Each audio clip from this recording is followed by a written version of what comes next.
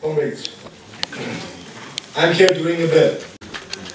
To ring a bell about the future, not too distant, not too fictional, and above all, not at all limited inside the Greek and Mediterranean borders. On April 23 of 2010, George Papandreou announced Greece's entrance to the support mechanism of the European Union. The Greeks were persuaded that the debt problem came from the vampires of the public sector, and that if their salaries were cut, or if they were fired, or if public and social goods were passed to the private sector, then in 1 or 2 years, Greece would return to the markets with bigger growth than the fictional growth we had during the Olympics of 2004. Although the public servants as well as their salaries were by far less than the average in the Eurozone, the cuts on their payment now starts from 25% and reaches the percentage of 60% in some cases. Plus, a lot of them were fired. Yet, as you know, the debt hasn't been decreased, we haven't returned to the markets, and yet no development has come. The experiment of the government, of the big business and the bankers has made an impressive start. Socially, it's clear that the massive cuts that have been introduced are having a devastating effect. The most serious in Eastern Europe, the Baltic states, but also, of course, the major cuts in income in Greece at now 25% in real terms, but also in Portugal, Spain and other countries. And then economically, of course, what we are seeing is the use of the state to impose a restructuring and a major cut in public expenditure and a reorientation of the way the economy works. But this is in fact leading to a deepening of the crisis at the moment. But this is not the worst. The bigger problem was the labour agreements. So they cancelled them too. The government now gives to the employers the right to cancel the existing labour agreements whenever they want and to demand from the syndicates to accept new humiliating agreements. If the syndicates refuse to agree, then each employer has the right to force his employees to sign individual agreements with his own terms. He has the right now. All these shops that are closed every day. If you walk to the commercial streets of Athens, more than 30–40% of the shops are closed. And all these people that they own the shops, they are not counted to the unemployment. That is more than 1 million. If you are going to add all these entrepreneurs, the small entrepreneurs, that they used to have a shop and living out of this, they are not counted as unemployment. To pay back the loan that they have from the banks, and from one day to the other day, they become not poor, they become miserable, they become margin. And this is going to happen also to other countries, and you know that it's going to happen.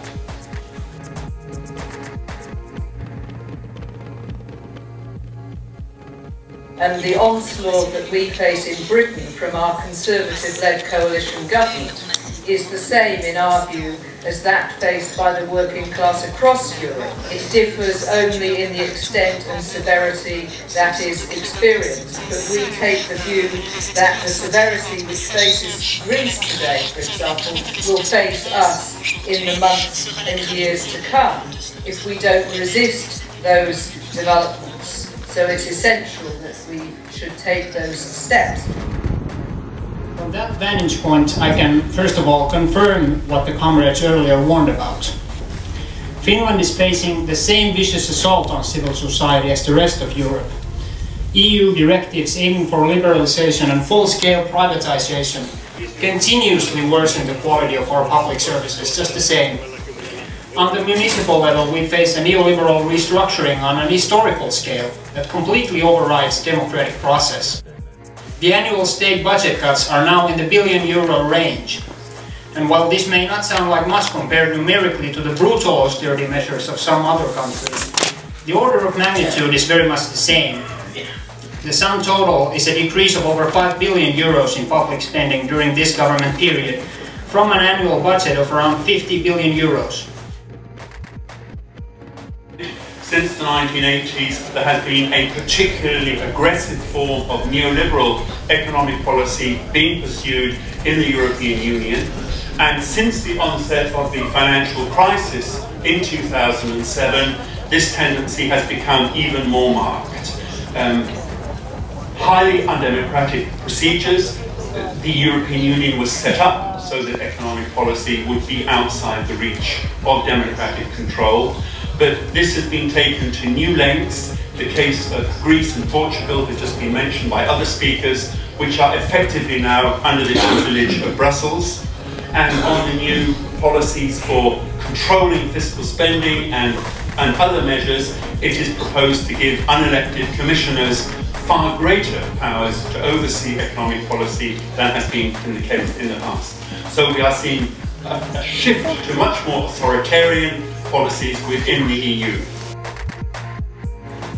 We all remember that in 2007 and 2008, after the subprime crisis, so many of us thought that liberalism was dead, that Goldman Sachs was no longer, that Fitch and Moody were in exile, not to come back.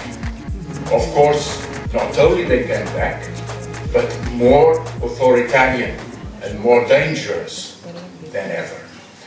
That's why the idea of an alliance against austerity is so important for us, for all of us in Europe. An alliance for the Greek people, an alliance against the policy of the European Union, its European Commission and the IMF. It's so crucial for the future of the left and for our common capacity to develop a socialist alternative in Europe. So from our part, we have to support the unions in the defense of the collective bargain against the individual bargain. And these things will happen with the elections in Greece. We have to defend the massive job cuts in the public sector, which is about 150,000 people working that will be sacked. We have to defend and to support the movement of the unemployment that's now it's rising in Greece.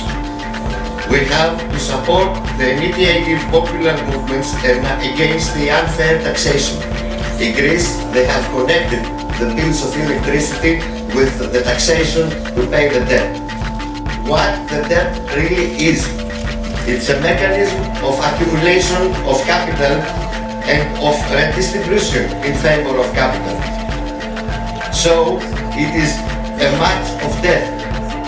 It is the march of the death with labor against the living labor. And we must unlegitimize this death. It is a very important step. I already made the point we can't forget trade unionists resisting austerity in their own countries. They're fighting for all of us. We can't let them down by accepting these measures behind their backs. That is shameful conduct. Conservative-led six-party government with the participation of Social Democrats and the Left Alliance binds us to the same austerity pact, the same Euro agreements and the same bank bailouts, Euro plus six-pack, ESM to name a few. The same anti-democratic projects our comrades elsewhere are fighting against. And this is unacceptable to me. The first proposal I have here is that we really need to stop this. We as the northern trade unionists, as the northern leftists, we can't remain silent and participate in these projects while the rest of Europe suffers. Yesterday, I don't think I've heard a single comment from North. We're just standing by and letting this happen. Can't do that anymore. It's so important for us to have a common strategy to devaluate capital, to attack capital, and to respond against capital. We take the flags of our fathers and mothers when we take the ideas of full employment, of public services, and democracy in every sense possible. The fight for democracy is just a statement that credit is a public good, that the control of credit is the control of money, and the fight against debt, the fight to control the financial system, the fight to impose democracy over finance is a major purpose for this alliance against austerity. Recently, in Europe and all over the world, we have seen millions of people, both in and outside of the trade unions, taking to the streets on many global days of action. Now, following the demands for democracy of the Arab Spring, we on the other side of the Mediterranean have joined these calls for real democracy. This system, where elected officials can be overthrown and replaced with technocrats to please financial markets, where social security is seen as something that we can't afford while banks are bailed out. This is not our idea of democracy. We have come to recognize it as a dictatorship of the financial elite. This must fall. I choose to underline the democratic destruction, not because I underestimated the social right destruction, but because I think that democracy is the necessary precondition for social rights, is the only tool for the weakest, for the poorest, is the only tool to change the relation of forces that we can have in our hands. And a Europe without European social model needs a Europe without democracy. So they are destroying democracy in order to be able to destroy the European social model. In a month from now, probably, because you never know in Greece, we have elections. The two dominant parties are aiming to use the people's fear. The migration issue comes first in the media. Detention camps, yes, detention camps are being created in Greece for the immigrants. The Nazi party, according to the polls, is one step from becoming a parliamentary group. Fascist groups are on the neighborhoods, beating and stabbing anyone whose ideas doesn't like or discolor, mostly. The right wing, the extreme right wing, demanding that possession and use of guns has to be legalized. They have grounds. Greece is governed by a non-elected banker. Trade unionists are being prosecuted for their actions. And all this is happening in the country where democracy was born. In Greece we face the end of democracy. We're not at all far from the end of democracy in the whole Europe. Times in Greece are a lot similar with this before the military dictatorship back in '67. I repeat, we have no illusions of what they are capable of. The Troika admitted to Nikos Koudis that the last measures did not succeed and that their target is that the salaries and the pensions will reach the amount of 150 euros after the summer. What we are sure of is that the social explosion will be out of control. No one knows what will happen next day. I am here with my friend Panagiotis Kourouplis. Panagiotis is an MP, it's member of the parliament in Greece, is one of the MPs that they didn't vote for these measures, and he was of the team of PASOK, and he didn't vote for these measures, and then of course he was expelled from this team, and now me, Panagiotis is the guy with the person with the black glasses there.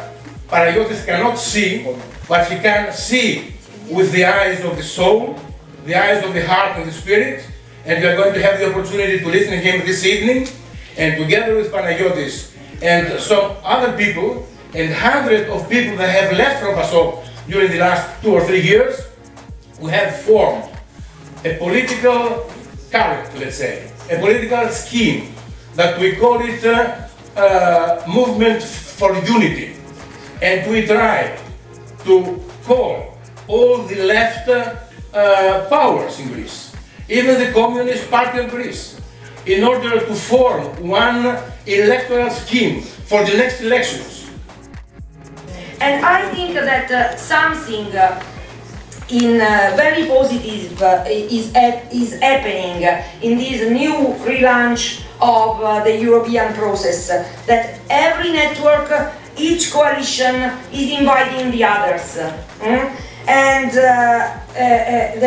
we listen in all these events the word again: unity, convergence, common agenda, reconnection. And I think that really we need a new, strong alliance. We have a break in the fragmentation after long years. We have new forms of collective actions and collective and political debate. We have the popular assemblies. There are new forms that they were formed after the movement of the summer. And they give a new paradigm of working together and of debating of the problem of democracy, the problem of the civilians. They were feeling that they were very far from the top of the establishment. So the left has to defend, to help grow and to multiply this mediating that we have seen in the struggles. I myself have been involved in Occupy Helsinki.